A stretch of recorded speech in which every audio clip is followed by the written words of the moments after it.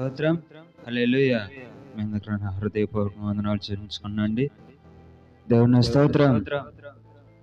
ప్రియమైనటువంటి దేవుని బిడ్డలారా, ఇక్కడ దేవుని యొక్క వాక్యంలో లూకా సువార్త 19వ అధ్యాయం 9వ వచనంలో మనం దేవుని యొక్క వాక్యాన్ని చదువుకుందాండి.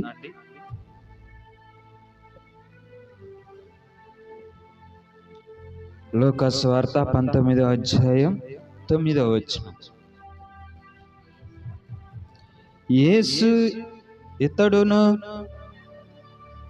అబ్రహాము కుమారుడే, ఎందుకనగా నేడు ఈ ఇంటికి రక్షణ వచ్చి ఉన్నది. దేవుని స్తోత్రం. ప్రార్థన చేసుకొని దేవుని యొక్క వాక్యంలోనికి ముందుకు సాగిపోదాండి. ప్రార్థన. మహాపరిశుద్ధుడా, ప్రేమ కలిగిన దేవా, నీ బంగారు పాదములకు మా హృదయపూర్వక వందనాలు చెల్లించుకున్నాం నాయన. అయా, మరి ఇప్పుడు నా తండ్రి నీ జీవ గ్రంథంలో ఉన్నటువంటి వాక్య భాగాన్ని ధ్యానించుకొని ఉన్నాం కనుక నా తండ్రి, ఆ వాక్యాన్ని వివరించడానికి నాలో మీరుండి, నా నోటికి మీరు బోర్లాగా ఉండి, నా యందు మీరుండి ఈ వాక్యాన్ని వివరించడం సహాయం చేయండి నా తండ్రి. అయా, మరి నీ ప్రజలకు మంచిగా అర్థమయ్యే విధంగా మంచిగా వివరించి చెప్పటం సహాయం చేయండి. అయా, ఈ మైక్ ద్వారా వినేటటువంటి నీ ప్రజలందరూ కూడా నాయన, అయా నీ యొక్క వాక్యాన్ని మంచిగా నా తండ్రి విని నీ యొక్క వాక్యానుసారంగా నడుచుకునేటటువంటి భాగ్యాన్ని దయచేయమని మన ప్రభు అయినటువంటి యేసుక్రీస్తు అతి పరిశుద్ధమైన నామములో బ్రతిమలాడి అడిగి వేడుకున్నా మా ప్రియ పరమ తండ్రి, ఆమేన్. దేవుని స్తోత్రం. ప్రియమైనటువంటి దేవుని బిడ్డలారా, ఈ రోజు అంశం ఏంటంటే నేడు నీ ఇంటికి రక్షణ వచ్చి ఉన్నది. లూకా సువార్త 19వ అధ్యాయం 9వ వచనం. అందుకు యేసు ఇతడును అబ్రహాము కుమారుడే, ఎందుకనగా నేడు ఈ ఇంటికి రక్షణ వచ్చి ఉన్నది. దేవుని స్తోత్రం. ప్రియమైనటువంటి దేవుని బిడ్డలారా, ఇక్కడ దేవుని యొక్క వాక్యములో ప్రభు అయినటువంటి యేసుక్రీస్తు వారు ఎవరితో ఈ మాట చెప్తూ ఉన్నాడంటే, ధనవంతుడైనటువంటి పుట్టి జక్కయ్య, ఆ జక్కయ్యతో ఈ మాట చెప్తూ ఉన్నాడు. ఎందుకని ఈ మాట చెప్తూ ఉన్నాడు? యేసుక్రీస్తు వారు యెరికో పట్టణానికి ప్రవేశించినప్పుడు, మరి ఒక త్రోవలో వెళ్తూ ఉన్నప్పుడు, ఆ త్రోవలోనే సుంకపు గుప్తదారుడైనటువంటి ధనవంతుడైన జక్కయ్య అను పేరు కలిగినటువంటి వ్యక్తి ఉన్నాడు. ఆయన పొట్టివాడుగా ఉన్నాడు.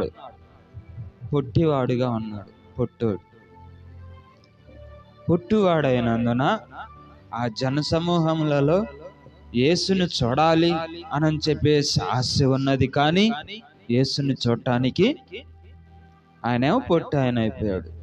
ఇంతమంది జనములో యేసు ఎవరు ఏందనని చెప్పేసి తెలుసుకోవటానికి ఇబ్బంది అయిద్దానని ఈయన ఏం చేశాడు? వెళ్ళి మేడి చెట్టు ఎక్కాడు. పొట్టి జక్కయ్య వెళ్ళి మేడి చెట్టు ఎక్కాడు. మేడి చెట్టు ఎక్కి ఆ యేసుక్రీస్తు వారు అదే సమయమున యేసుక్రీస్తు వారు, ఆయన శిష్యులు, ఆయన ఎమ్మట ఉన్నటువంటి జన సమూహములు అందరూ కూడా ఆ సమయమున ఆ త్రోవను వెళ్తూ ఉన్నారు. ఏది? పొట్టి జక్కయ్య ఉన్నటువంటి త్రోవను వెళ్తూ ఉన్నారు. వెళ్తూ ఉన్న సమయంలో ప్రభు అయినటువంటి యేసుక్రీస్తు వారు ఆ మేడి చెట్టు ఉన్నటువంటి ప్లేస్లోనికి వచ్చి అక్కడ జక్కయ్యను చూశాడు. జక్కయ్యను చూసి, జక్కయ్య, నువ్వు త్వరగా దిగిరా, నేను నీ ఇంట నీతో బస చేయవలసి ఉన్నది అని అన్నాడు. బస అంటే నేను నీ ఇంట్లో భోజనము చేయవలసి ఉన్నది, కావున నువ్వు త్వరగా దిగిరా. త్వరగా దిగిరామనేసరికి జక్కయ్య తొందరగా దిగొచ్చి నిలవబడి, ఇదిగో ప్రభువా,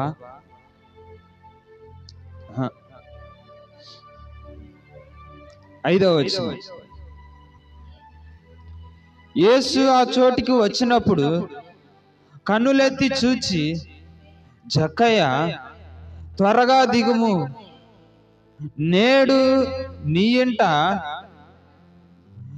ఉండవలసి వచ్చి ఉన్నదని అతనితో చెప్పగా, అతడు త్వరగా దిగి సంతోషముతో ఆయనను చేర్చుకొనెను. దేవుని స్తోత్రం. నేను రానయ్యా అన్నాడా? నేను రానులే, నిన్ను చూద్దామని చెప్పేసి అనుకున్నాను, అంతేగాని నిన్ను నా ఇంట్లోనికి పీల్చుకునేది ఏంది, నేను నీకు భోజనం పెట్టేది ఏంది అని చెప్పేసి అన్నాడా? అనలా. ఏమన్నాడు? తొందరగా దిగి వచ్చేసేసి ప్రభు అయినటువంటి యేసుక్రీస్తు వారిని ఆయన ఇంట్లోనికి తీసుకొని వెళ్ళిపోయాడు. ఆయన ఇంట్లో సంతోషముతో ప్రభు అయినటువంటి యేసుక్రీస్తు వారిని చేర్చుకున్నాడు. చేర్చుకున్న తర్వాత 7వ వచనం, అందరూ అది చూచి, ఈయన పాపి అయిన మనుషుని వద్ద బస చేయ వెళ్ళనని చాలా సనుగుకొనిరి. జక్కయ్య నిలవబడి, ఇదిగో ప్రభువా, నా ఆస్తిలో సగభాగము పేదలకిచ్చుచున్నాను. నేనెవని వద్దనైనను అన్యాయముగా దేనినైనను తీసుకొనిన ఎడల అతనికి 4 మరలా చెల్లింతునని ప్రభువుతో చెప్పాను. దేవుని స్తోత్రం. త్వరగా దిగొచ్చి సంతోషంతో ప్రభు అయినటువంటి యేసుక్రీస్తు వారిని ఆయన యొక్క ఇంట్లోని చేర్చుకున్నప్పుడు అక్కడ ఉన్నటువంటి జన సమూహములు, అక్కడ ఉన్నటువంటి జనులందరూ కూడా ఏమంటూ ఉన్నారు? ఈయన పాపి అయిన మనిషిని యొద్ద బస చెయ్యాలని చెప్పేసి వెళ్ళాడేంది అని వాళ్ళల్లో వాళ్ళే అనుకుంటున్నారు. బయటికి చావట్లా, బయటికి మాత్రానికి చావట్లా, వాళ్ళల్లో వాళ్ళే సనుక్కుంటున్నారు. ఏందంటూ? ప్రభు అయినటువంటి యేసుక్రీస్తు వారు పరిశుద్ధుడు కాదా, పవిత్రుడు కాదా, పాపము లేనటువంటి దేవుడు కదా, ఈయనేంది పాపి అయినటువంటి ఆయన ఇంట్లోనికి వెళ్ళి బస చేస్తూ ఉన్నాడేంది, ఆయన ఇంట్లోకి వెళ్ళి భోజనం చేస్తున్నాడేంది అని చెప్పేసి ఏమంటూ ఉన్నాడు? ఏమంటున్నాడండి? వాళ్ళే సనుక్కుంటూ ఉన్నారు. సనుక్కుంటూ ఉండేసరికి జక్కయ్య ప్రభు అయినటువంటి యేసుక్రీస్తు వారి యొద్ద నిలవబడి, ప్రభువా, నా ఆస్తిలో సగభాగము పేదలకు ఇస్తూ ఉన్నాను. ఎందుకు జక్కయ్య ఎలాంటి ఆయన? సుంకపు గుప్తదారుడైనటువంటి వడ్డీ జక్కయ్య. సుంకపు గుప్తదారుడు అంటే వడ్డీ వ్యాపారస్తుడు. వడ్డీకి ఇస్తాడు,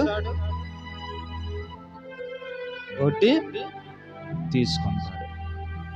వడ్డీ వ్యాపారం చేసేటటువంటి ఆ వ్యక్తి అన్నమాట.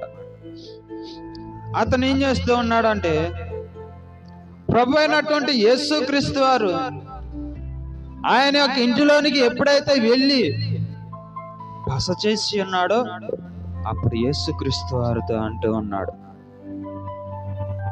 ప్రభువా, నా ఆస్తిలో సగభాగము పేదలకు ఇస్తూ ఉన్నాను.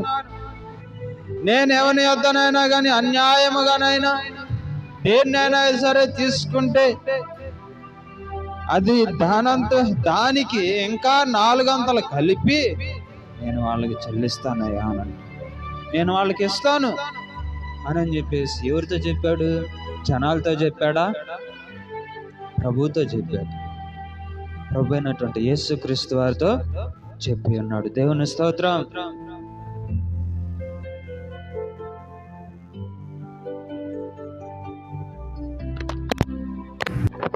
కనుక ప్రియమైనటువంటి బిడ్డలారా, అందుకని యేసుక్రీస్తు వారు ఆయన యొక్క జక్కయ్యలో ఉన్నటువంటి మార్పును చూసి, జక్కయ్యలో ఉన్నటువంటి జక్కయ్యకి మరి మారు మనసు ఎలాగైతే వచ్చిందో దానిని చూసి, ఆయన యొక్క మంచి మనస్తత్వాన్ని చూసి ప్రభు అయినటువంటి యేసుక్రీస్తు వారు ఆయనకి ఏమని చెప్పి అన్నాడు? 9వ వచనంలో ఏమంటున్నాడు? అందుకు యేసు, ఇతడును అబ్రహాము కుమారుడే, ఎందుకనగా నేడు ఈ ఇంటికి రక్షణ వచ్చి ఉన్నది. ఎవరింటికి వచ్చిందంట? యేసుక్రీస్తు వారు ఎవరింటి కాడ ఉన్నాడు? చక్క ఇంటి కాడ ఉన్నాడు.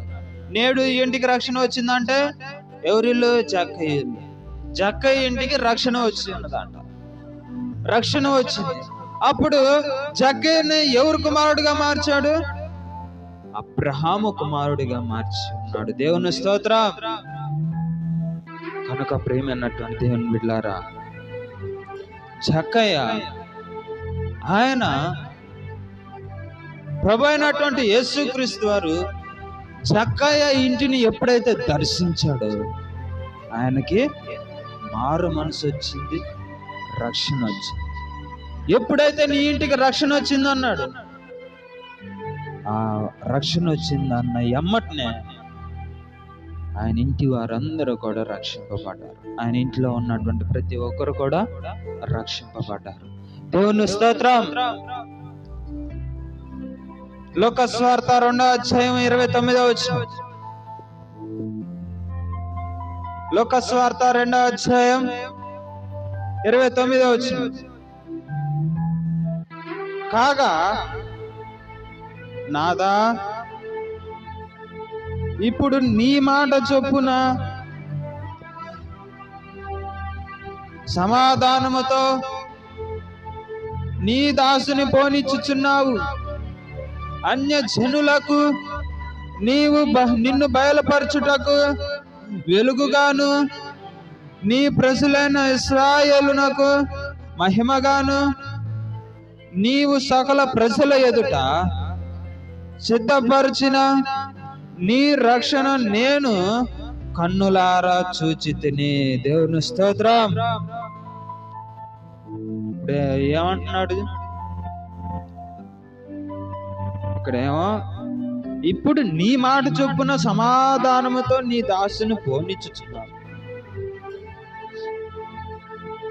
జక్కయ్యతో దేవుడు నీ ఇంటికి రక్షణ వచ్చి ఉన్నది అని చెప్పేసి అన్నప్పుడు అక్కడ మరి ఏమంటూ ఉన్నాడు?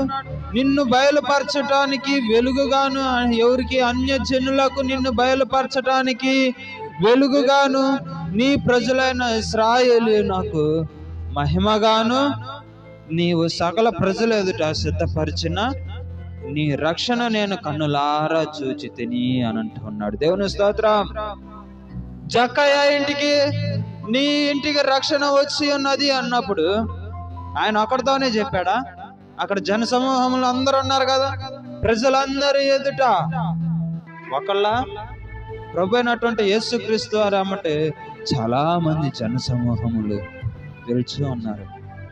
చాలా మంది జనులు వెళ్తూ ఉన్నారు. ఎందుకు? ఆయన చేసే ఆశ్చర్యమైనటువంటి కార్యములు ఎలా ఉంటాయి, ప్రభు అయినటువంటి యేసుక్రీస్తు వారు చేసేటటువంటి అద్భుతమైన కార్యాలు ఎలా ఉన్నాయి, ఎలా అద్భుత కార్యాలు చేస్తూ ఉన్నాడు అని చెప్పేసి చూస్తానికి వెళ్తున్నారు. ఆయన యొక్క ఆశీర్వాదాన్ని పొందుకోవడానికి వెళ్తూ ఉన్నారు. దేవుని స్తోత్రం. ఆ వెళ్తూ ఉన్నటువంటి ఆ సమయంలో ఈ పొట్టి జక్కయ్య అనేటటువంటి ఈ యొక్క వ్యక్తి దేవుని ద్వారా రక్షింపబడటానికి సిద్ధపాటు కలిగి ఉన్నాడు. ఎందుకని? అప్పటి వరకు కూడా వడ్డీ వ్యాపారములు చేస్తూ జనాల్ని మోసం చేస్తూ ఎంతగానో జనాలకి అన్యాయం చేస్తూ ఉన్నాడు, అక్రమంగా చేస్తూ ఉన్నాడు, అన్యాయంగా సంపాదిస్తూ ఉన్నటువంటి ఆ సమయంలో అతను ఇంకా నశించిపోయేటటువంటి ఆ యొక్క సమయంలో ప్రభు అయినటువంటి యేసుక్రీస్తు వారు ఆయన్ని దర్శించి ఉన్నాడు. దేవుని స్తోత్రం. అందుకనే ఇక్కడ అంటూ ఉన్నాడు, నీ మాట చొప్పున సమాధానంతో నీ దాసుని పోనిస్తూ ఉన్నావయ్యా. అన్యజనులకు నీ వెలుగుని, అన్యజనులకు నిన్ను బయలుపరచడానికి వెలుగుగా, నీ ప్రజలైనటువంటి ఇశ్రాయేలునకు మహిమగాను, నీవు సకల ప్రజల ఎదుట సిద్ధపరిచిన నీ రక్షణను కన్నులారా నేను చూచానయ్యా అంటున్నాడు. దేవుని స్తోత్రం. దేవుడు అనుగ్రహించినటువంటి రక్షణను కన్నులారా చూసి ఉన్నాడు. దేవుని స్తోత్రం. అపొస్తలుల కార్యాలు 16:30 వచనం. ప్రేమైనటువంటి దేవుని బిడ్డలారా, నేడు నీ ఇంటికి రక్షణ వచ్చి ఉన్నది అని అంటూ ఎలా వచ్చి జక్క ఇంటికి రక్షణ ఎలా వచ్చి? దేవుడు ఆయన్ని దర్శించటం వలన, దేవుడు అతన్ని దర్శించి ఆయన యొక్క పాప దోషాలు అతిక్రమ క్రియలు అన్నిటిని కూడా క్షమించటం వలన, ముఖ్యంగా జక్కయ్య దేవుని యందు విశ్వాసం ఉంచటం వలన, ఎలా విశ్వాసం ఉంచాడు? యేసుక్రీస్తు వారిని చూడాలి, యేసు ప్రభువుని చూడాలి. ఆయన ఎలా ఉంటాడు? ఆయన దేవుడు అంట, ఆయన అద్భుతాలు చేస్తున్నాడు అంట, ఆయన ఆశ్చర్య కార్యాలు చేస్తూ ఉన్నాడు అంట. ఎలా ఉన్నాడు? ఏంది? ఎంత ఎత్తున్నాడు? నా కాడికి ఎత్తున్నాడా, లేకపోతే నా కాడి పొట్టిగా ఉన్నాడా అని చెప్పేసి చూడటానికి, యేసుక్రీస్తు వారిని చూడటానికి ఆశ కలిగింది, చిన్న ఆశ. ఆయన నాకు కనబడతాడు అన్న విశ్వాసముతో వెళ్ళి మేడి చెట్టు ఎక్కాడు. ఆ మేడి చెట్టు అట్టని దాన్ని పెద్దలు అంటూ ఉంటారు, మేడి చెట్టు చూడు మేలుమై ఉండు, పొట్ట ఇప్పు చూడు పురుగులు ఉండు అన్నాడు. జక్కే పరిస్థితి కూడా అలానే ఉంది. జక్కే చూడటానికి ఏమో పొట్టిగా బాగానే అందంగా ఉన్నాడు, కానీ ఆయన హృదయాన్ని నిప్పు చూసేసరికి ఆయన హృదయంలో ఏముందండి?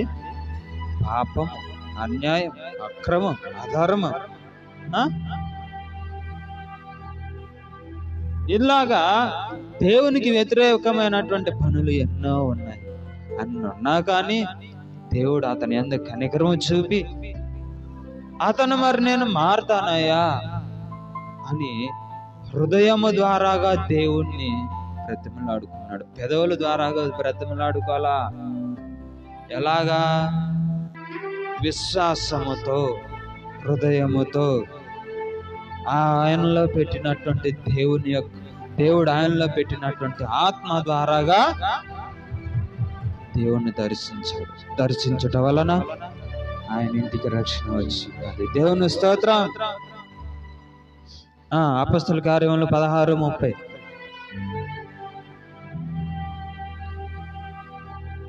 వారిని వెలుపలికి తీసుకొని వచ్చి, అయ్యలారా, రక్షణ పొందుటకు నేనేమి చేయవలెనని అందుకిప్పుడు వారు ప్రభు అయిన యేసునందు విశ్వాసముంచుము, అప్పుడు నీవును నీ ఇంటి వారును రక్షణ పొందుదురని చెప్పాను. దేవుని స్తోత్రం. జక్కీ ఇంటికి రక్షణ వచ్చింది. ఇప్పుడు మన ఇంటికి రక్షణ రావాలంటే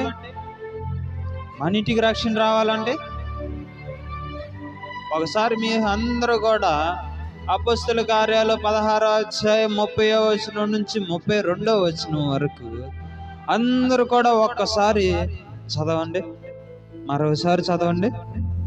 అపొస్తలుల కార్యాలు 16:30-32 పేజీ నెంబర్ ఎంత అండి?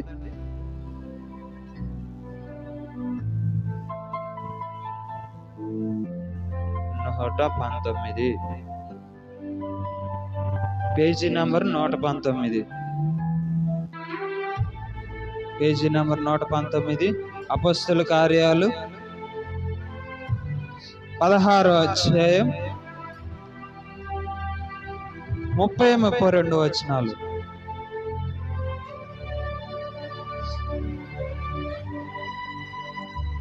వారిని వెలుపలికి తీసుకొని వచ్చి, అయ్యలారా, రక్షణ పొందుటకు నేనేమి చేయవలెను అని అంటూ ఉన్నాడు. దేవుని స్తోత్రం.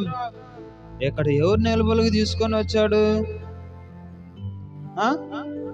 పౌలు శీలని పట్టుకొని చెరసాల్లో వేశాడు. చెరసాల్లో వేసినప్పుడు ఆ పౌలు శీలను ఆ పౌలు శీలలో మరి ఆ చెరసాల్లో ఉండి దేవునికి ప్రార్థన చేస్తూ ఉన్నారు. వాళ్ళు మరి చెరసాల్లో ఉన్నటువంటి వాళ్ళు దెబ్బలు కొట్టి వారిని చెరసాల్లో వేసి భద్రంగా కనిపెట్టి చూస్తా ఉన్నారంట. వాళ్ళని దెబ్బలు కొట్టారు బెత్తముతో. న్యాయాధి 22వ వచనం ఒకసారి చదవండి.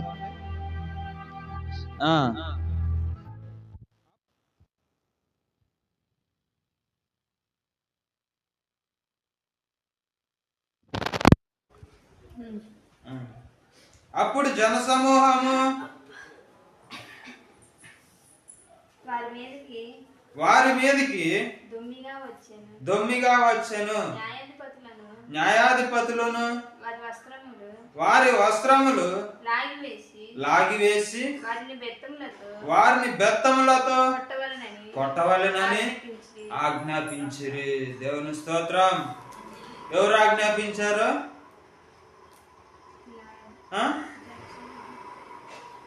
న్యాయాధిపతులు అక్కడ ఆజ్ఞాపించారన్నమాట. ఎవరికి? చెరసాల నాయకులకి ఆజ్ఞాపించారు.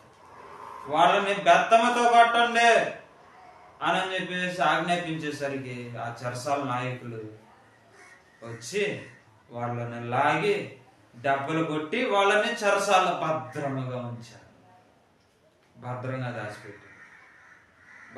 దాచిపెట్టినప్పుడు అప్పుడు ఆ పౌలు శీలలు ఏం చేశారు? మెలకుండా సైలెంట్గా ఉండారా? పౌలు గారు సైలెంట్గా ఉన్నాడా? ఏం చేశాడు? చెరసాలలో ఉండి కూడా దేవుణ్ణి ప్రార్థన చేశాడు. ప్రార్థన చేసి ప్రభువా అని చెప్పేసి దేవుణ్ణి ప్రార్థించుకుంటూ కీర్తనలు పాడచ్చు. 25వ వచనంలో ఏమంటున్నాడు? అయితే మధ్యరాత్రి వేళ పౌలు శీలయు దేవునికి ప్రార్థించుచు కీర్తనలు పాడుచుండిరి. ఖైదీలు వినుచుండిరి. ఎవరు వింటున్నారు? ఖైదీలు వింటున్నారు. అప్పుడు అకస్మాత్తుగా మహాభూకంపము కలిగెను. చెరసాల పునాదులు అదిరేను అంట. చెరసాల పునాదులు. ఇప్పుడు మనం ప్రార్థన చేస్తే అసలు మన ఇంటి పునాది కూడా కదిలిద్దా? మనం ప్రార్థన చేస్తే మనం ఆడేసిన పొల్లే కాదు. పౌలు గారు మరి చెరసాలలో ఉండి ప్రార్థన చేశాడు. చెరసాలలో ఉండి ప్రార్థన చేస్తే చెరసాల పునాదులే బద్దలేదు. ఇప్పుడు మాత్రానికి బాగా ప్రార్థన చేస్తున్నాం. అప్పటికంటే ఇప్పుడు బాగా ప్రార్థన చేస్తున్నాం. అప్పుడేమో పౌలు గారు అసలుకి ఏమి లే, కాసేపు ప్రార్థన చేసుకుని మెలకొని పడుకున్నాడు అనుకుంటా. అందుకని చెరసాల పునాదులు బద్దలైపోయింది. ఇప్పుడు మనమేమో పొద్దున్నే లేచిన కాడి నుంచి పడుకోపోయేదాకా ఒకటే ప్రార్థన చేస్తున్నాం. ఏం ప్రార్థన అది? All night prayer. నైట్ అంతా పొగులంతా ప్రార్థన చేస్తాం. అసలు మామూలు ప్రార్థన చేస్తుంటే అసలుకి చెరసాల పునాదులు కాదు, సముద్రం 2 పాయలు అయిపోతుంది. మోషే గనక ఎర్ర సముద్రాన్ని 2 పాయలుగా చేయించినట్లుగా ఇప్పుడు మనం ప్రార్థన చేస్తే సముద్రం కూడా 2 పాయలుగా అవుతుంది. సముద్రము కూడా 2 పాయలుగా అయిపోతూ ఉంది. కనుక ప్రియమైనటువంటి దేవుని బిడ్డలారా, ఏంది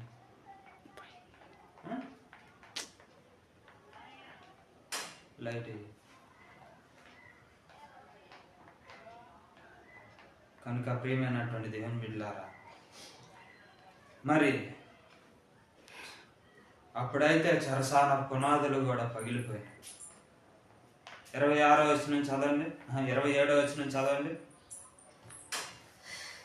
చెరసాల పునాదులు అదిరిని, వెంటనే తలుపులన్నీ కూడా తెరుచుకున్నాయి, అందరి బంధకాలు ఊడిపోయినాయి. 27వ వచనం, అంతలో చెరసాల నాయకుడు మేలుకొని చెరసాల తలుపులన్నీ తెరిచి ఉండట చూచి ఖైదీలు పారిపోయారు అనుకొని కత్తి దూసి తాను చంపుకోబోయాడు. ఆయన చంపుకోబోయాడు. ఎందుకు? చెరసాల నాయకుడు ఎందుకు ఎలా చేస్తూ ఉన్నాడు? న్యాయాధిపతి ఇది చూశాడంటే నన్ను ఖచ్చితంగా చంపేస్తాడు, నన్ను ఖచ్చితంగా చంపేస్తాడు అని ఆ యొక్క భయముతో, ఆ యొక్క ఆలోచనతో ఏం చేశాడు? చెరసాల నాయకుడు ఏం చేశాడు? ఆయన చంపుకోబోయాడు. చంపుకోబోయేసరికి కింద 28, అప్పుడు పౌలు నీవు ఏ హాని చేసుకునవద్దు, మేమందరము ఎక్కడనే ఉన్నామని బిగ్గరగా చెప్పాను. దేవుని స్తోత్రం. ఆయన ఒకవేళ కత్తి చూసి ఏమంతా పొడుచుకున్నాడు అంటే అయిపోయింది, చచ్చిపోయాడు. చచ్చిపోతే ఇంకేముంది? ఖైదీలందరూ పోయారు రా అనుకోని, ఇంకా చెరసాల నాయకుడిని ఈ ఖైదీలు చంపారు అనుకొని ఈ ఖైదీల మీద ఇంకో కేసు వేస్తాడు. పోలీసు అయినా ఏం చేస్తాడు? కాపలా ఉండేటటువంటి పోలీసుని కనుక ఈ దొంగ వచ్చేసేసి ఆయన గొడిచాడు అనుకో కత్తితో, లేకపోతే చంపాడు అనుకోండి, చంపితే మళ్ళీ అతనికి ఇంకో 2 కేసులు తగిలిచ్చి ఇంకా ఒక 4 సంవత్సరాలు 10 సంవత్సరాలు జైలు శిక్ష వేస్తారు, లేదంటే ఊరి చేస్తారు. అందుకని ఇలాంటి సిచ్యువేషన్ జరగకోకుండా ఉండటానికి, దేవుని నామానికి అవమానం రాకోకుండా ఉండటానికి, అపనింద రాకోకుండా ఉండటానికి ఇక్కడ ఏం చేసి ఉన్నాడు? అపొస్తలుడైనటువంటి పౌలు గారు ఏం చేసి ఉన్నాడండి? బిగ్గరగా అరిచాడు. చెరసాల నాయకుడు గారు మీరేమి చేసుకోమాకండి, మేమందరం కూడా లాన్ సేఫ్గా ఉన్నాం, కావాలంటే వచ్చి చూసుకున్నాం.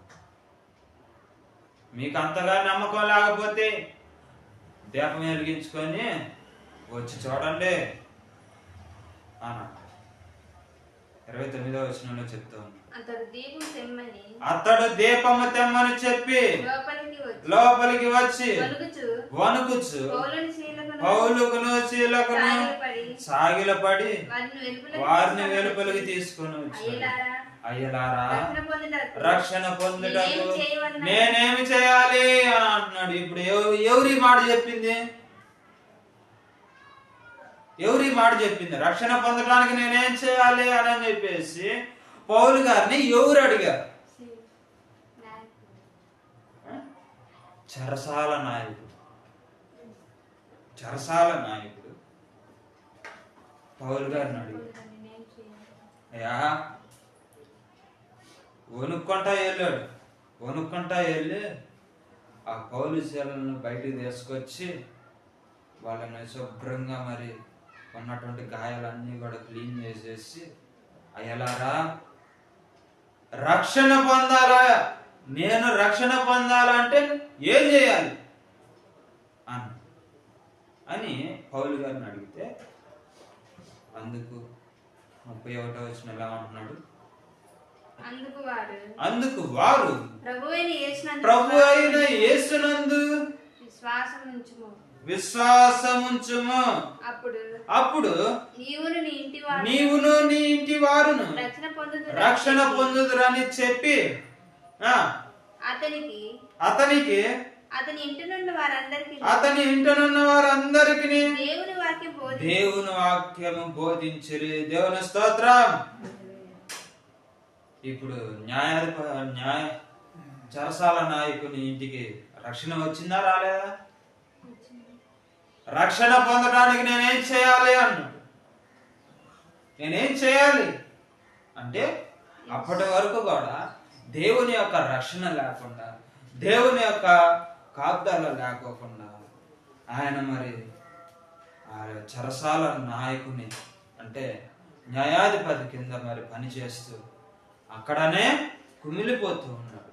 కుమిలిపోతూ ఉన్నటువంటి ఆ సమయంలో అపొస్తలుడైనటువంటి పౌలు గారి ద్వారా దేవుడు అతనికి గొప్ప కార్యం చేసి ఉన్నాడు. దేవుని స్తోత్రం.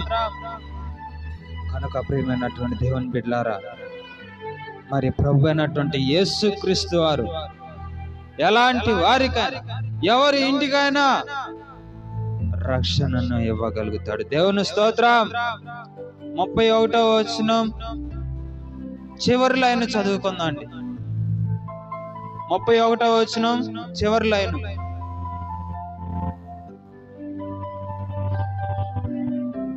నీవును నీ ఇంటి వారును రక్షణ పొందుదురని చెప్పాడు. ఎవరితో చెప్పాడు? చెరసాల నాయకునితో చెప్పాడు.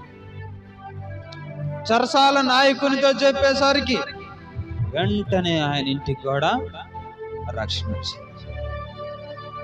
ఈరోజు అంశం ఏంటండి? నేడు నీ ఇంటికి రక్షణ వచ్చి ఉన్నది. ఎవరింటికి? బైబిల్ గ్రంథంలో ఉండాలి వాళ్ళ ఇంటికైనా మన ఇంటికి కూడా రావాలా? మన ఇంటికి వద్దులే, ఎందుకంటే 24 గంటలు ప్రార్థన చేస్తున్నాం కదా. మన ఇంటికి ఎందుకు? ఇంకా మన ఇంటికి వద్దు, దేవుని ఇంటికి. మనము దేవునికి రక్షణ అనుగ్రహిద్దాం. దేవుడేమో జక్కయ్యకి రక్షణ ఇచ్చాడు, మరి ఇక్కడేమో మరి పౌలు గారి ద్వారాగా చెరసాల నాయకునికి రక్షణ ఇచ్చాడు. రక్షణ ఇచ్చాడు. మరి ఇప్పుడు మరి మన యొక్క హృదయం అనేటటువంటి ఇల్లు ఎలా ఉన్నాయి? ఎలా ఉన్నాయి? రక్షణగా ఉన్నాయా? అదేమంటేనేమో పాస్టర్ గారు మేము మారు మనసు పొందాము, బాప్టిజం తీసుకున్నాము, రక్షణ తీసుకున్నాము అని అంటారు. రక్షణ తీసుకున్నావు అంటావు. రక్షణ ఎటు నుంచి తీసుకున్నావు? మారు మనసు ఎలా వచ్చింది? నీకు మారు మనసు వచ్చిందంటే జక్కయ్య ఇంటికి మారు మనసు వచ్చింది. జక్కయ్య మరి తన యొక్క జీవితాన్ని మార్చుకున్నాడు. ఏం మార్చుకున్నాడు? తనకున్నటువంటి ఆస్తి మొత్తాన్ని కూడా పేదలుగా పంచిపెట్టాడు. అట్టని చెప్పేసి మనకున్నటువంటి ఆస్తి మొత్తాన్ని కూడా పంచిపెట్టమంటలా. ఏం చేయమంటున్నాడు దేవుడు? దేవుడు ఏం చేయమంటున్నాడు? నా కుమారులారా, నీ హృదయమును నాకు ఇవ్వు అంటున్నాడు. ఎట్టెత్తా నీ హృదయాన్ని? నీ హృదయాన్ని ఎట్టెత్తావు దేవునికి? జక్కయ్య అట్టించాడు ఆయన హృదయాన్ని. జక్కయ్య దేవునికి ఆయన యొక్క హృదయాన్ని ఎలా ఇచ్చాడు? ఆయన యొక్క హృదయాన్ని దేవునికి ఇవ్వటం వలన ఆయన ఇంటికి రక్షణ వచ్చింది. ఆయన ఇంటికి రక్షణ వచ్చింది. చెరసాల నాయకుడు ఆయన యొక్క హృదయాన్ని దేవునికి ఎలా ఇచ్చాడు? చెరసాల నాయకుడు దేవునికి హృదయాన్ని ఇవ్వటం వలన ఆయన ఇంటికి, ఆయన ఇంటి వారందరికీ కూడా రక్షణ వచ్చింది. ఇంటి వారి మొత్తానికి అంటే ఆయన పిల్లలకు అందరికీ కూడా రక్షణ వచ్చింది. దేవుని స్తోత్రం. మరలా పేతురు రాసిన మొదటి పత్రిక 2వ అధ్యాయం 10వ వచనం త్వరగా చదువుకుందాండి దేవుని యొక్క వాక్యాన్ని. పేతురు రాసిన మొదటి పత్రిక 2వ అధ్యాయం 10వ వచనం.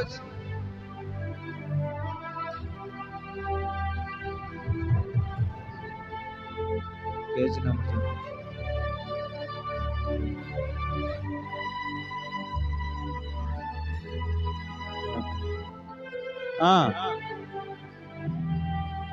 ఒకప్పుడు ప్రజగా ఉండగా ఇప్పుడు దేవుని ప్రజలైతిరి. ఒకప్పుడు కనికరింపబడక ఇప్పుడు కనికరింపబడితిరి అంటున్నాడు. మళ్ళీసారి చదవండి. ఒకప్పుడు ప్రజగా ఉండక ఇప్పుడు దేవుని ప్రజ అయితిరి. ఒకప్పుడు కనికరింపబడక ఇప్పుడు కనికరింపబడిన వారైతిరి అని అంటున్నాడు. దేవుని స్తోత్రం.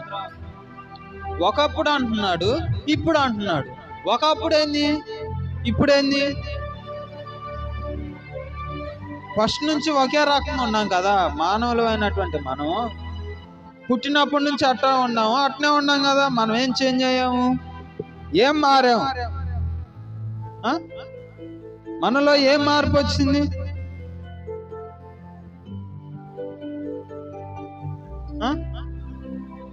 ఒకప్పుడు శరీరానుసారం, ఇప్పుడు కూడా శరీరానుసారంగానే జీవిస్తాం. ఆత్మానుసారంగా జీవించాలంటేనేమో ఎంత పర్సెంట్ జీవిస్తున్నాము? 20% లేదంటే 25% జీవిస్తున్నాం అంతే.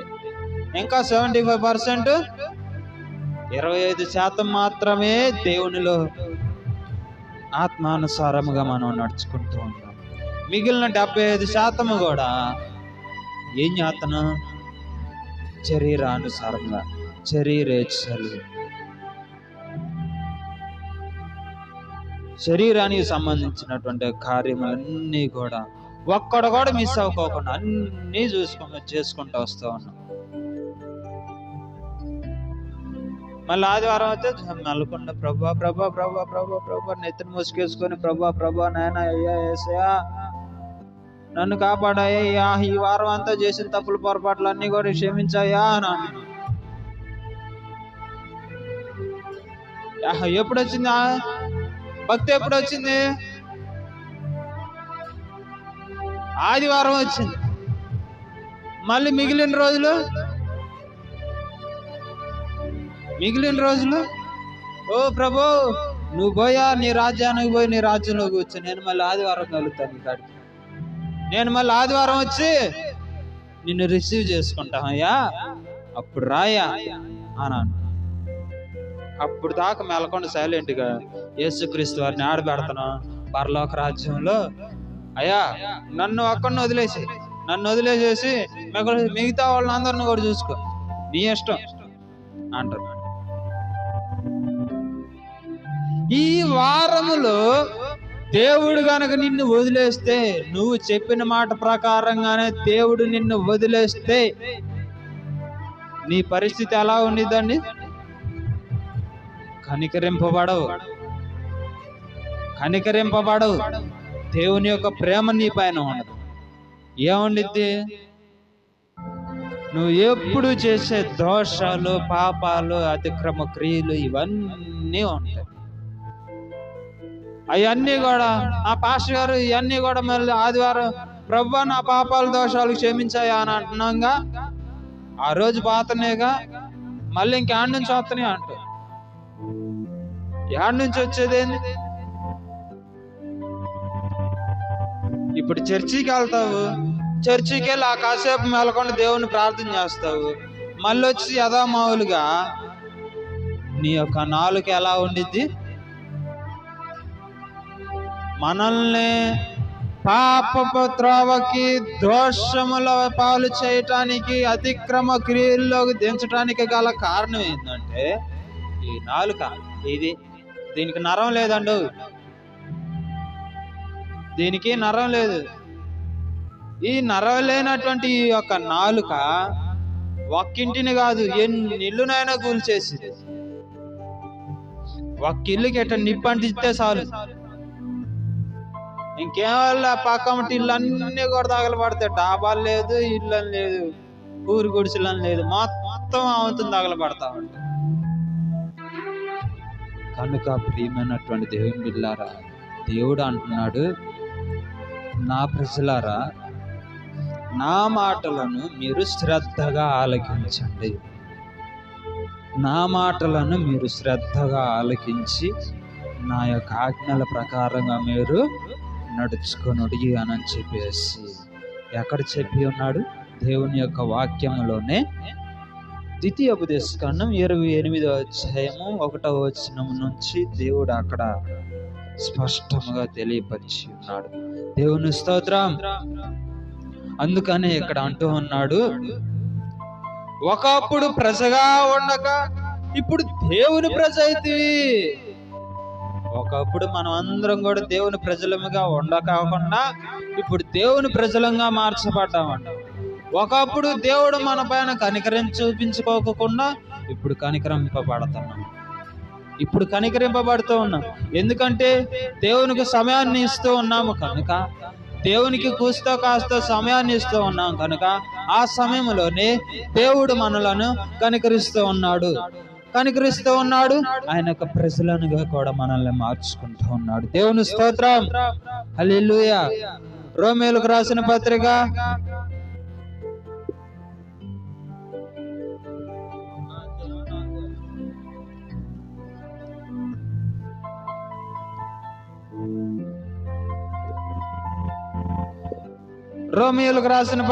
4వ అధ్యాయం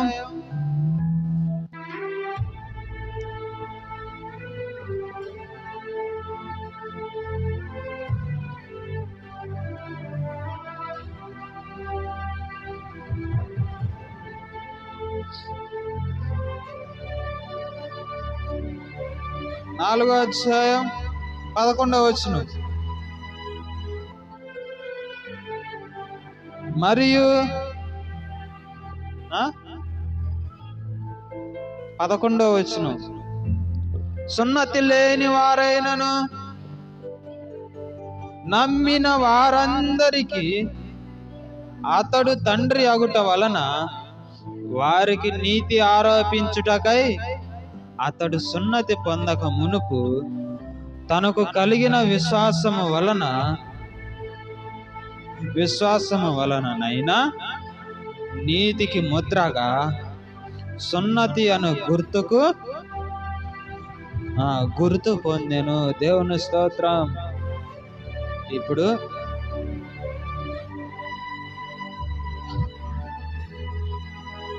జక్కయ్య గారు ఆయన యొక్క ఇంటికి రక్షణ రావాలంటే ప్రభు అయినటువంటి యేసుక్రీస్తు వారిని విశ్వాసంగా ఉన్నాడు,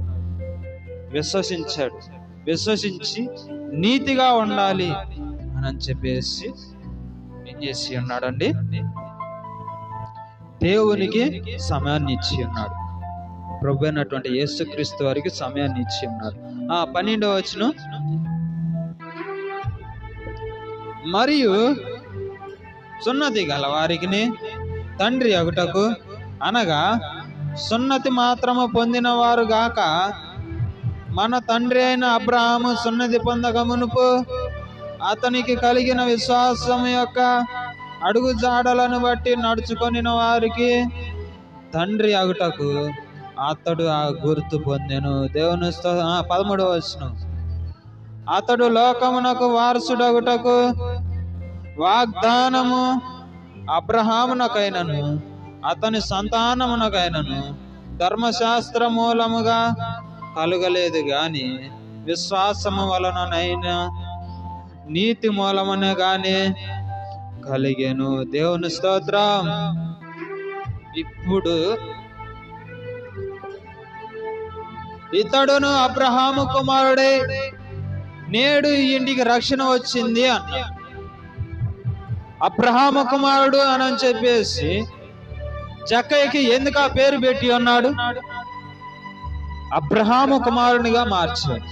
అంటే అబ్రహాము అనగా ఏందంట? 13వ వచనం చివరి లైన్ చదవండి. 13వ వచనం చివరి లైన్, విశ్వాసము వలననైనా నీతి మూలముగానే కలిగింది. విశ్వాసము, నీతి, ఈ రెండు ఒకేసారి సంపాదించుకున్నాడు జక్కయ్య.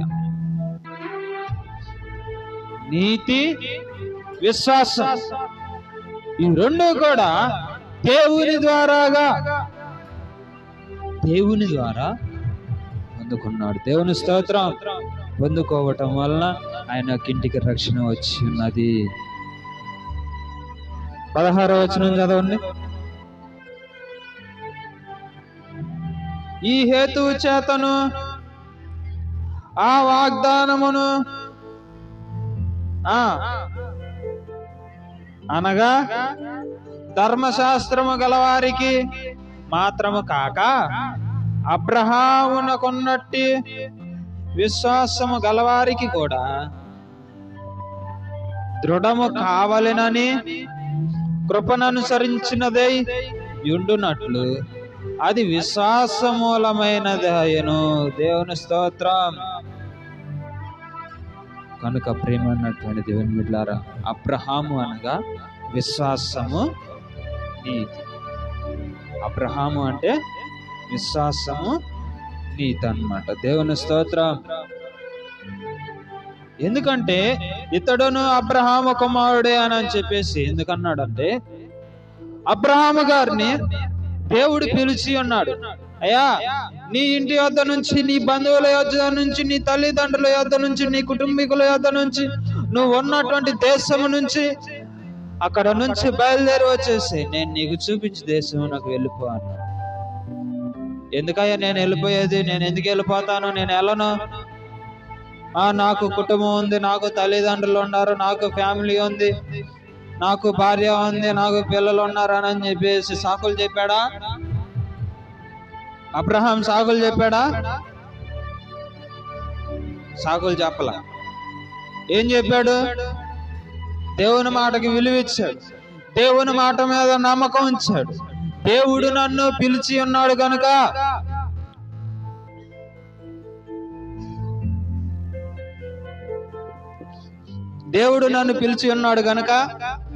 ఆయన చిత్త ప్రకారంగానే నన్ను నడిపిస్తాడు అని చెప్పేసి విశ్వాసంతో, నమ్మకంతో దేవుని యొక్క మాటకు విలువిచ్చి ఉన్నటువంటి ఆ యొక్క దేశం నుంచి బయలుదేరి వచ్చి ఉన్నాడు. దేవుని స్తోత్రం. అందుకని సేమ్ అదే సిచ్యువేషన్. చక్కయ్య, నేడు నీ ఇంటికి రావాలని చెప్పేసి నేను బయలుదేరి ఉన్నానయ్యా. నేను నీ ఇంట్లో బస్ చేయాలనుకుంటున్నాను. నీ ఇంట్లో నేను బస్ చేయాలని చెప్పేసి, నీ ఇంట్లో నేను భోజనం చేయాలి అని చెప్పేసి నేను అనుకుంటున్నాను. కాబట్టి నువ్వు చెట్టు దిగిరా అన్నా. నేడు చెట్టు దిగిరా అని అనేసరికి వెంటనే దిగి వచ్చి దేవుని మాటకు విలువిచ్చి, దేవుని మాట మీద నమ్మకం ఉంచి, విశ్వాసం ఉంచి నేడు చెట్టు దిగి వచ్చి, దేవా నీ కాడికి ఎక్కువైనది ఏది లేదయ్యా అని చెప్పేసి ఆయనకు ఉన్నటువంటి ఆస్తిని అన్నిటిని కూడా పంచావతులు వేశాడు. దేవుని స్తోత్రం. ఈ రోజుల్లో మనం పంచాలంటే మాత్రానికి వామ్మో నేను కష్టపడ్డాను.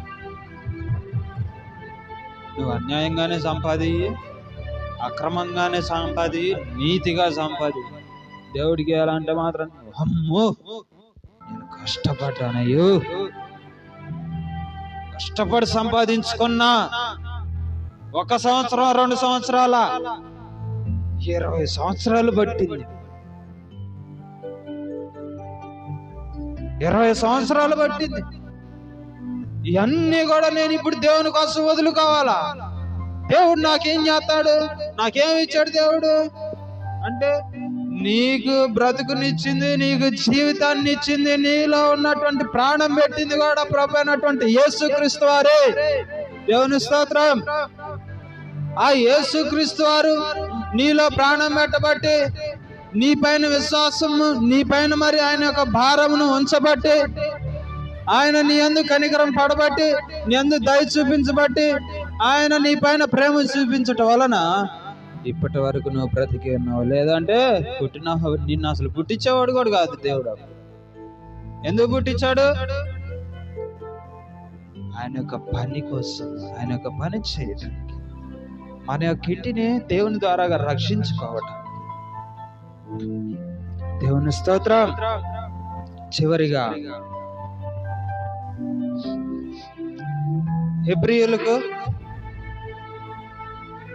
హెబ్రీయులకు రాసిన పత్రిక 3వ అధ్యాయం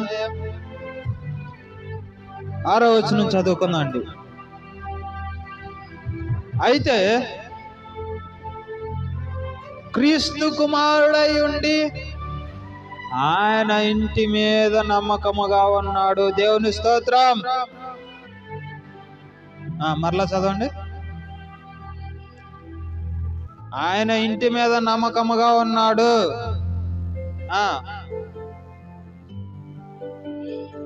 ధైర్యమును నిరీక్షణ వలని ఉత్సాహమును తుదమట్టుకు స్థిరముగా చేపట్టిన ఎడల మనమే ఆయన ఇల్లు. ఆ ఇల్లు ఎవరంట? ఇప్పుడు దాకా జక్కయ్య ఇంటికి రక్షణ వచ్చిందో, చెరసాల నాయకుడి ఇంటికి రక్షణ వచ్చిందో అని అన్నాడు. మరి ఇప్పుడు ఆ ఇల్లు ఎవరంట? మనమే. మనం ఎట్ట అవుతాం? మనం కట్టుకొని ఇల్లాగా ఇల్లు. మనం ఎట్ట ఇల్లు అవుతాం? మనం మనుషులంగా మనం ఎట్ట ఇల్లు అవుతాం అంటే, మనలో ఎన్ని సామాను ఉండే? ఇది ఇల్లు కాకేంటిది? ఇది ఇల్లు కాకేంటిది? మన బాడీలో ఉన్నటువంటి పాటలన్నీ కూడా బయటికి గాని రాకుండా లోపల దాచిపెట్టుకున్నాం. ఎట్టా? దేవుడు ఆయన ఒక చొక్కాని మనకి నియమించాడు. ఏదది? శరీరం అనేటటువంటి చొక్కా. శరీరం అనేటటువంటి చొక్కాన్ని ఇచ్చి ఉన్నాడు. ఆ ఇవ్వటం వలన మన లోపల ఉన్నటువంటి పేగులు కానీ, గుండెగా కానీ, మరి ఇంకేంటి, కిడ్నీలు కానీ, అయినా కానీ, లోపల ఉన్నటువంటి ప్రతి ఒక్క పాటలు కూడా, ఎముకలు కానీ, అయినా కానీ బయటికి కానరా. అవన్నీ కనపడాలంటే మాత్రానికి ఒక 10 రోజులు అన్నం తినకోకుండా మెల్లకుండా కూర్చో. అన్నం తినమాక, మంచినీళ్ళు తాగమాక, మొత్తం బయటికి కనపడతాయి. చక్క ఒక్కటి లాన బీగిపోయి ఎన్నికలు, పేగులు అన్నీ కనపడతాయి. దేవుడు నీకు ఎక్కడెక్కడ హోల్స్ పెట్టాడు ఏందని అనేది నీకు మొత్తం క్లారిటీ కనపడతాయి. కనుక ప్రియమైనటువంటి దేవుని బిడ్డలారా, మనమే ఆయన ఇల్లు. మనము అంటే మనకి రక్షణ రావాలి. జక్కయ్య వలె, చెరసాల నాయకుని వలె, పౌలు ద్వారాగా చెరసాల నాయకుడు రక్షింపబడ్డాడు. యేసుక్రీస్తు వారు ఆ సమయాన జక్కయ్య ఉన్నటువంటి ఆ ప్లేస్కి రావటం వలన జక్కయ్య రక్షింపబడ్డాడు. దేవుని స్తోత్రం. ఈ దినమున ఏముందిలే, ఈ రోజు నుంచి, ఇప్పటి నుంచి, ఈ సమయం నుంచి మన ఇంటికి రక్షణ రావాలి. రక్షణ రావాలంటే ఏం చేయాలి? జక్కయ్య ఏం చేశాడు? దేవునికి స్థానాన్ని ఇచ్చాడు. దేవునికి సమయాన్ని ఇచ్చి, ప్రభు అయినటువంటి యేసుక్రీస్తు వారిని నేను చూడాలి, ఆయన ఎలా ఉంటాడు నేను చూడాలి అని చెప్పేసి విశ్వాసముతో ఉండి ప్రభు అయినటువంటి యేసుక్రీస్తు వారిని చూశాడు. అట్టని చెప్పేసి ఇప్పుడు మనం చూడాలి అని అంటే డైరెక్ట్ గా చూడలేవు. ఎలా చూస్తావు? కొర్నేలి ఎలా చూశాడు? 3 గంటల సమయంలో ప్రార్థన చేసి ప్రభు అయినటువంటి యేసుక్రీస్తు వారి యొక్క దేవదూతల్ని చూశాడు. దేవదూతలను చూశాడు. ఈ రోజున మనం పీలిస్తే దేవదూతలు కాదు కదా, ఎవరు రారు. అంత గొప్ప ప్రార్థన చేస్తున్నాం అన్నమాట మనం. కనుక ప్రియమైనటువంటి దేవుని బిడ్డ, ఇకనైనా మన యొక్క జీవితములను, మన యొక్క హృదయములను, మన యొక్క మనస్తత్వాన్ని మార్చుకొని, దేవా నీ ద్వారాగా మేము రక్షింపబడాలి, నీ ద్వారాగా మేము మారు మనసు పొందాలి, మీ ద్వారాగా మేము నీ యొక్క రాజ్యంలో చేర్చబడాలి అయ్యా, మేము నీ ఇల్లుగా మార్చబడాలి. అని చెప్పేసి ఎవరైతే విశ్వాసంతో నమ్మకంతో ఉండి ప్రభు అయినటువంటి యేసుక్రీస్తు వారు ఎవరైతే వారి యొక్క హృదయం అనేటటువంటి ఇంటిలోనికి ఆహ్వానించుకుంటారో, అయ్యా నా హృదయం అనేటటువంటి ఇంటిలోనికి మీరు రండి, మీరు వచ్చి నాకు రక్షణ ఇవ్వండి అని చెప్పేసి ఎవరైతే ఆహ్వానించుకుంటారో, ఎవరైతే ఆ ప్రభు అయినటువంటి యేసుక్రీస్తు వారిని ప్రవేశపెట్టుకుంటూ ఉంటారో వారి యొక్క ఇల్లంతా కూడా వెలుగుమయంతో మహిమతో నింపబడిద్ది అన్నమాట. దేవుని స్తోత్రం. వారికి ఏ మేలు కూడా కొదువై ఉండదు, ఆశీర్వాదాలు కొదువు ఉండదు, మేళ్ళు కొదువు ఉండదు, దీవెనలు కొదువు ఉండదు. ఎలాంటి వ్యాధులైనా, శోధనలైనా, బాధలైనా, రోగమైనా కానీ, నిష్ఠూరమైనా కానీ, అనారోగ్యం అనేది కూడా ఏది కూడా అతని ధరికి కూడా చేరదు. ఎందుకంటే దేవుడు అతనికి తోడుగా ఉంటాడు కనుక. దేవుడిని మనలోనికి చేర్చుకుంటే అంత గొప్ప అద్భుతమైనటువంటి ఆశ్చర్యమైనటువంటి కార్యములు జరిగిస్తూ ఉంటాడు. దేవుని స్తోత్రం. హల్లెలూయా. కనుక ప్రేమైనటువంటి దేవుని బిడ్డలారా, ఈసారి దేవుణ్ణి చూడలేము, దేవుడితో మాట్లాడాలి అని అంటే ప్రార్థన చేయాలి. ప్రార్థన చేస్తే దేవుడితో మాట్లాడగలుగుతాం. పట్టుదల కలిగి ప్రార్థన చేయాలి, ఉపవాసం ఉండి ప్రార్థన చేయాలి. ఉపవాసం ఉండి పట్టుదల కలిగి, దేవా నేను నీతో మాట్లాడాలి, నువ్వు నాతో మాట్లాడు, నన్ను దర్శించు. ఈ లోకంలో ఉన్నటువంటి ప్రజలు మరి చాలా మంది చెప్తూ ఉన్నారు, అయ్యా నీ దైవ సేవకులు కూడా చెప్తూ ఉన్నారు, అయ్యా నువ్వు మాట్లాడతావంట, నాతో మాట్లాడయ్యా, నన్ను దర్శించు, నా ఇంటికి రక్షణ ఇవ్వు అని ప్రతి ఒక్కరము కూడా ప్రార్థన చేసుకున్నాను. దేవుని స్తోత్రం. కనుక మన యొక్క ఇంటిలోనికి దేవుడు రావటానికి మన యొక్క హృదయం అనే ఇంటి తలుపుల యొద్దనే ఉండి తట్టుచూ ఉన్నాడు. మన యొక్క హృదయం అనేటటువంటి తలుపుల యొద్ద ఉండి తట్టుచూ ఉన్నాడు. ఎక్కడ దాడుతున్నాడు? ప్రకటన గ్రంథం 3వ అధ్యాయం ఒకసారి చదవండి. ప్రకటన గ్రంథం 3వ అధ్యాయం 20వ వచనం.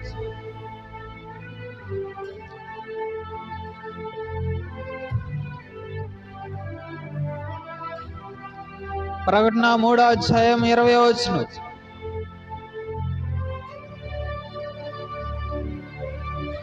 పదహారవ వచనం చదవండి. ప్రకటన 3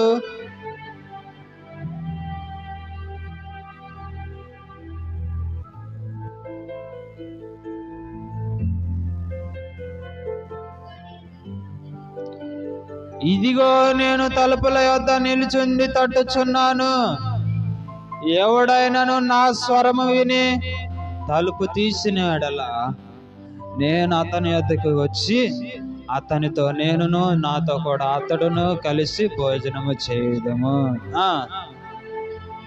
నేను జయించి నా తండ్రితో కూడా ఆయన సింహాసనము నందు కూర్చుండి ఉన్న ప్రకారము జయించువాడు నాతో కూడా నా సింహాసనము నందు కూర్చుండనిచ్చుదనని నిశ్చయముగా మీతో చెప్పుచున్నాను అని అంటున్నాడు. దేవుని స్తోత్రం. కనుక ప్రియమైనటువంటి దేవుని బిడ్డలారా, దేవుడు ఎక్కడ చెప్తూ ఉన్నాడు? యోహాను గారి ద్వారాగా చెప్తూ ఉన్నాడు. ఆయన యొక్క ఆత్మతో, పరిశుద్ధమైనటువంటి ఆత్మ ద్వారాగా చెప్తూ ఉన్నాడు. దేవుని స్తోత్రం. ఇదిగో నేను తలుపుల యొద్ద నిలుచుని తట్టుచూ ఉన్నాను, ఎవరైతే నా స్వరం విని తలుపులు తీస్తారో నేను అతని యొద్దకు వచ్చి నాతో కూడా అతనితో నేను కలిసి భోజనం చేస్తాము అంటున్నాడు.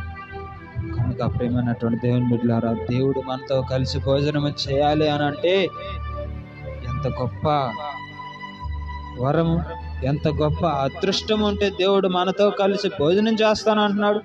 మన ఇంట్లోనికి వచ్చి మనతోనే ఉంటాను అంటున్నాడు. మన ఇంటిలో కంటే మన హృదయం అనేటటువంటి ఇంటిలోనికి, హృదయం అనేటటువంటి తలుపుల యొద్ద నిలబడి, ఓ నా కుమారుడా, ఓ నా కుమారి, తలుపులు తీ అని చెప్పేసి ఇట్లా తడతా ఉన్నాడు, తట్టుచూ అన్నాడు. తలుపులు తీయండి, నేను వస్తాను, నేను వచ్చి మిమ్మల్ని రక్షిస్తాను. చక్కయ్యకు నేను రక్షణ ఇచ్చినట్లుగా, చెరసాల నాయకునికి రక్షణ ఇచ్చినట్లుగా నేను మిమ్మల్ని మీకు రక్షణ ఇస్తాను. రండి రండి రండి, మీ తలుపులు తీయండి, మీ హృదయం అనేటటువంటి తలుపులు తీయండి చెప్పేసి ప్రభు అయినటువంటి యేసుక్రీస్తు వారు తలుపులు ఎత్త నిలబడి తట్టుచూ ఉన్నాడు. ఆయన స్వరం ఎవరైతే వీని తలుపులు తీస్తారో దేవుడు మరి మన యొక్క హృదయములలోనికి వచ్చి మనతో ఉండి మన యొక్క మారు మనసునిచ్చి మనల్ని రక్షించి ఈ లోకాన్ని ఎవరైతే జయిస్తారో వారు ఆయన యొక్క రాజ్యములో సింహాసనమునందు కూర్చోబెట్టుకుంటాడంట. దేవుని స్తోత్రం. కనుక ప్రియమైనటువంటి దేవుని బిడ్డలారా, మరి దేవుడు ఎంతగానో మరి రక్షణ ఇస్తాను అంటున్నాడు. ఆ రక్షణను మనం పోగొట్టుకోకుండా జాగ్రత్తగా మనం దాన్ని ఉపయోగపెట్టుకోవాలి. ఎలా రక్షింపబడాలి, ఏంది, ఎలా దేవుని రక్షణ ఎలా పొందుకోవాలి? రటమాతంగా ఉంటే పొందుకుంటామా? రటమాతంగా ఉండి అయ్యో నువ్వు రక్షించవులే కానీ నా రటమాతం నాదే అని చెప్పేసి ఉంటావా? ఓకే, రక్షించబడితేనేమో చేసేదేమి, లేకపోతేనేమో ఏముంది? రెండవ మరణం అనగా అగ్నిగుండంలోనికి త్రోసివేయబడుతూ ఉంటావు. కనుక ప్రేమైనటువంటి దేవుని బిడ్డలారా, మరి దేవుని ద్వారాగా మనం రక్షింపబడి పరలోక రాజ్య వారసులుగా మనం అందరము కూడా చేర్చబడాలని ప్రభు నామములో మీకు అందరికీ కూడా తెలియపరుస్తున్నాను. దేవుని స్తోత్రం. రక్షణ ఎక్కడ దొరికిద్ది? దేవుని యొద్ద మాత్రమే దొరికిద్ది. దేవుడు మనకి రక్షణించేంత వరకు కూడా ఎదురు చూడాల్సిన అవసరం లేదు అని అంటే మాత్రానికి కుదరదండు. దేవుడు అంటున్నాడు, అడుగుడి మీకు ఇవ్వబడును, వెదకుడి మీకు దొరుకును, తట్టుడి మీకు తీయబడును అని అంటూ ఉన్నాడు. అడుగు ప్రతివాడును పొందును, వెదుగు ప్రతివాడును వాడికి ప్రతివానికి దొరుకును, తట్టు ప్రతివానికి తీయబడును అని అంటూ ఉన్నాడు. కనుక ప్రియమైనటువంటి దేవుని బిడ్డలారా, దేవుడు ఎలాగైనా కానీ మనల్ని రక్షించటానికి, మన రక్షణ కోసమే దేవుడు మరి ఎదురు చూస్తూ ఉన్నాడు. మన యొక్క ఆత్మ నశించిపోవటానికి ఆయనకి ఇష్టం లేక దేవుడు మనల్ని రక్షించడానికి ఎదురు చూస్తూ ఉన్నాడు. దేవుని స్తోత్రం. కనుక మనకి దేవుడు మనల్ని అందరిని కూడా మానవులనుగా సృష్టించాడండి. సృష్టించాడు. అందరినీ ఒకే విధముగా చూస్తూ ఉన్నాడు దేవుడు. ఉన్నోడని లేదు, లేనోళ్ళని లేదు, ఆ కులవని లేదు, ఈ కులవని లేదు, మరి మిడిల్ క్లాస్ వాళ్ళని లేదు, లో క్లాస్ వాళ్ళని లేదు, హై క్లాస్ వాడని లేదు, మిడిల్ క్లాస్ వాడని లేదు, లో క్లాస్ వాడని లేదు. పిలుస్తున్నాడు చూడు, ఏం చేస్తున్నాడు? ప్రతి ఒక్కరిని కూడా దేవుడు పిలుస్తూ ఉన్నాడు. దేవుని స్తోత్రం. ఆ పిలుపుకు తగినట్లుగా మనమందరము కూడా ఆ పిలుపుకు లోబడి దేవుని యొక్క ఆశీర్వాదాలు, దీవెనలు మనం అందరము కూడా పొందుకోవాలండి. దేవుని స్తోత్రం. కొద్ది వాక్యాన్ని దేవుడు ఆశీర్వదించి దీవించిన గాక. ఆమేన్. ఏమన్నా తప్పులు పొరపాట్లు ఉంటే దయతో క్షమించండి. ప్రార్థన చేసుకుందాండి. ప్రార్థన. మహాపరిశుద్ధుడా, ప్రేమ కలిగిన దేవా, నీ ఘనమైనటువంటి పాదములకు మా హృదయపూర్వకంగా వందనాలు చెల్లించుకున్నాం ప్రభువా. అయా, మరి ఇప్పటి వరకు విన్నటువంటి వాక్య భాగాన్ని మా హృదయాల్లో భద్రపరుచుకొని నీ వాక్య ప్రకారముగా నడుచుకొని నీ రాజ్యములో నీ బిడ్డలముగా చేర్చబడటకు సహాయం చేయమని ప్రార్థిస్తున్నాం నాయన. అయా, మరి నా తండ్రి, నీ యొక్క రక్షణను ఎలా పొందుకోవాలి? నీ రక్షణను పొందుకుంటే మాకు ప్రయోజనం ఏమిటి? నీ ద్వారా మేము రక్షింపబడితే మా యొక్క ప్రయోజనం ఏమిటి? అని చెప్పేసి మీరు నీ యొక్క వాక్యం ద్వారాగా మాకు అందరికి కూడా ఈరోజు బాగా క్లారిటీగా మాకు తెలియపరిచినందుకు నీకే కృతజ్ఞతాస్తుతులు స్తోత్రాలు వందనాలు చెల్లించుకున్నాం ప్రభువా. అయ్యా కనుక నా తండ్రి అందరూ కూడా ప్రార్థన చేయాలి, అందరూ కలిసి ప్రార్థన చేయాలి. ఎందుకంటే నేను ఒక్కడినే ప్రార్థన చేస్తే నా ఒక్కడింటిగా రక్షణ వచ్చింది. అందరం కలిసి ప్రార్థన చేసామంటే అందరి ఎళ్ళకు కూడా రక్షణ అనుగ్రహిస్తాను అంటున్నాడు దేవుడు. ఎందుకంటే చక్కయ్య మరి తన యొక్క ఇంటికి రక్షణ కావాలి అని అంటే, దేవా రాయా నా ఇంట్లోనికి రానని చెప్పేసి సంతోషముతో, బాధతో కాదు, ఇబ్బందితో కాదు, ఇరుగుతో కాదు, వేదనతో కాదు, శోధనతో కాదు, ఒకళ్ళు ఒప్పిస్తే కాదు, తన యొక్క మనస్పూర్వకముగా, తన యొక్క హృదయపూర్వకముగా దేవుడా నా ఇంటిలోనికి రాయ్యా అని చెప్పేసి సంతోషముతో యేసుక్రీస్తు వారిని ఆహ్వానించుకున్నటువంటి రీతిగా మన యొక్క హృదయం అనేటటువంటి ఇంటిలోనికి కూడా యేసుక్రీస్తు వారిని ఆహ్వానించుకున్నాడు. ప్రార్థన చేయండి, అందరం కలిసి ప్రార్థన చేద్దాం. ఎందుకంటే మనం అందరం కూడా 6 రోజుల వాటికి దేవునికి సమయాన్ని ఇవ్వటం లేదు. అయ్యా 6 రోజుల్లో రోజుకి 24 గంటలు చొప్పున ఏ ఒక్క గంట కూడా నీకు సమయాన్ని ఇవ్వలేకపోతూ ఉన్నామయ్యా, దయతో క్షమించండి అని చెప్పేసి క్షమాపణ. ఎందుకంటే దేవుడు ప్రతి ఒక్కరిని కూడా క్షమించే దేవుడు. ఎంత ఘోర పాపనైనా కానీ, ఎంత ఘోర దోషినైనా కానీ క్షమించగలిగేటటువంటి దేవుడు. కనుక ప్రార్థన ఒకసారి మీరు జ్ఞాపకం చేసుకున్నారు. సహాయం చేయండి నా తండ్రి. అయా మా యొక్క ఇంటికి రక్షణ అనుగ్రహించు. అయా మా యొక్క ఇంటికి నాయనా రక్షణ కావాలి. అయా మా యొక్క మనసుకి మారు మనసు కావాలి. మా యొక్క హృదయము పరిశుద్ధపరచబడాలి. ఇప్పటి వరకు నా తండ్రి ఈ లోకంలో ఉన్నటువంటి ఆశలతో, ఈ లోకంలో ఉన్నటువంటి ఆలోచనలతో పుట్టుమిట్లాడిపోతూ అయా మరి నీ యొక్క కనికరం పొందుకోలేకపోతూ ఉన్నాం. నీ యొక్క కుమారులుగా మార్చబడలేకపోయి ఉన్నాం. కనుక నా తండ్రి మేమందరము కూడా నీ కుమారులంగా, నీ బిడ్డలంగా మార్చబడేలకు సహాయం దయచేయమని ప్రార్థిస్తున్నాను. అయా మాకున్నటువంటి సమయంలో మరి నిన్ను ప్రార్థించి, నిన్ను ఆరాధించి, నిన్ను సేవించేటటువంటి వాక్యమును దయచేయమని ప్రార్థిస్తున్నాను. అయా ఒక్కొక్క వాక్యమును నా తండ్రి మా యొక్క జీవితములు మార్చబడటానికే మీరు చెప్తూ మీరు మాకు బోధిస్తూ ఉన్నారు. కనుక నా తండ్రి నీ యొక్క వాక్యాన్ని బాగా వివరణగా అర్థం చేసుకునేటటువంటి భాగ్యాన్ని దయచి, ఆ యొక్క మనస్తత్వాన్ని దయచి. అయా తొందరపాటుని తీసేయండి. నిదానముగా ఉండి నీ యొక్క వాక్యాన్ని అర్థం చేసుకోండి. నీలో ఉన్నటువంటి సారాంశం, నీలో ఉన్నటువంటి మర్మములను అందరము కూడా పొందుకొని నీ యొక్క మాట ప్రకారముగా జీవించబడుటకు సాధించు.